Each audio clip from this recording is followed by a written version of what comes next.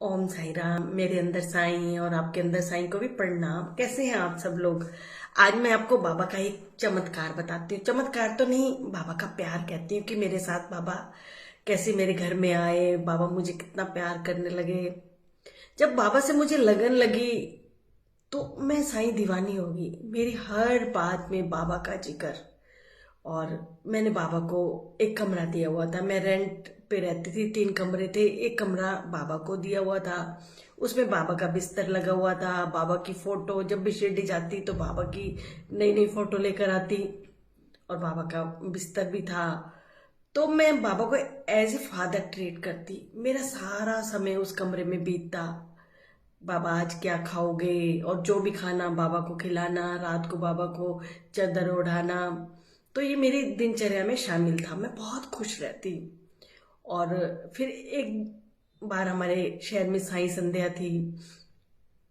तो उस दिन सुबह मैं बाबा के कमरे में गई, क्योंकि सुबह उठते ही मैं बाबा के पास जाती, बाबा का आशीर्वाद लेती। तो मैंने देखा कि एक प्लास्टिक का जो मैंने कारपेट बिछाया हुआ था, तो बाबा की एक तस्वीर, जो बाबा की तस्वीर चावड़ी में है ना, वहां से छोटे छोटे पैरों के निशान बाबा के बिस्तर तक है। ऐसे लग रहा था कि बाबा अपने बिस्तर पर सोने के लिए आए।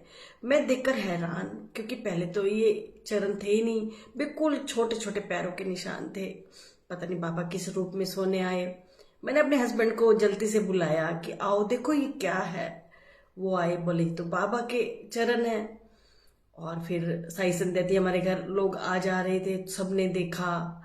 रात को दिल्ली से गायक भी आए, उन्होंने भी देखा। उन्होंने कहा कि दीदी, बाबा आपके घर सोने के लिए आए हैं। पूरे शहर में ये खबर फैल गई और सब लोग देखने आए। मेरी आंखों में बहुत खुशी के आंसू। बाबा ने संकेत दिया कि मैं तेरी जिंदगी में प्रवेश कर चुका हूँ, तेरी साई संध्या पे मैं आ रहा हूँ। सच में मन इतना खुश हुआ, आंखों में इतने आंसू। आप कल्पना नहीं कर सकते कि बाबा का कितना प्यार मुझे मिला। मेरी जिंदगी ही बदल गई, बाबा ने मेरी जिंदगी बदल दी। जहां मैं उदास रहती थी, तो अब मैंने बहुत खुश रहना सीख लिया। बाबा मेरे साथ हर कदम पर चल रहे थे। और कितनी खुशकिस्मत थी कि बाबा मेरे घर आए सोने के लिए। और जब भी मैं शिरडी जाती ना, तो मेरे ऑनर कहते कि आपके उस कमरे में से वैसे भजनों की आवाजें आती, जैसे बाबा मेरे पीछे भी उस कमरे में आते थे। सच में बहुत खुशकिस्मत हूँ कि बाबा का इतना प्यार मिला। बाबा हमारे मतलब सत्संग भी होते थे, हमारी एक मंडली बनी हुई थी। तो एक बार ऐसे हुआ कि हमारी एक मंडली की लेडीज को बाबा रात को सपने में आए और कहने लगे कि जिसके घर तो सत्संग पे जाती है ना, उसको क्या मुझे खीर खिलाएगी। उसने मुझे आकर कहा कि बाबा ने मुझे सपने में कहा है कि मैं उनको खीर खिलाऊं। मैं बड़ी हैरान हुई कि बाबा मेरे सपने में तो नहीं आए और उसके सपने में आके मुझे संदेशा भिजवा रहे हैं। और मेरा उन दिनों पार्लर था, मेरे पार्लर में एक लेडीज सीख रही थी। और एक दिन उनके सपने में भी बाबा रात को आए और कहने लगे कि जिसके पास तू सीखने जाती है ना, उसको कह मुझे गोलगप्पे खिलाएगी। उसने मुझे आके सुबह मैसेज दिया। मैं हैरान। मैंने कहा बाबा, आप मुझे क्यों नहीं खुद कहते? मतलब दूसरे लोगों से मैसेज आते हैं। तो तभी अंदर से आवाज आई, बाबा की आवाज थी कि अगर तू अपने मुंह बढ़ाई करेगी, मैं तुझे आकर कहूंगा तो लोग कहेंगे कि ये अपनी बढ़ाइयां खुद कर रही है। मैं दूसरे लोगों के थ्रू तुझे बताना चाहता हूँ कि मैं तुझे कितना प्यार करता हूँ। मैं उन लोगों को भी बताना चाहता हूँ। सच में बहुत प्यार दिया।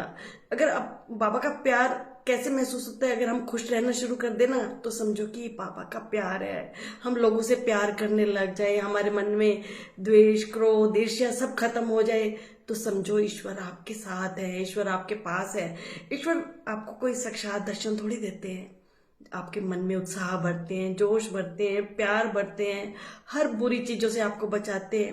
यही तो ईश्वर का प्यार होता है। सच में बहुत प्यार मिला बाबा का। मतलब मेरा दिनचर्या में तो बस बाबा ही शामिल थे। बाबा के सत्संग करने, लोगों को शिरडी लेकर जाना। दिल ऐसे करता था कि पूरी दुनिया को साई मैं कर दूं। सच में बाबा से अगर आप सच्चे मन से प्यार करोगे ना, तो बाबा को जरूर महसूस करोगे। और कभी ना कभी बाबा का आपको चमत्कार भी महसूस होगा। बस आज इतना ही।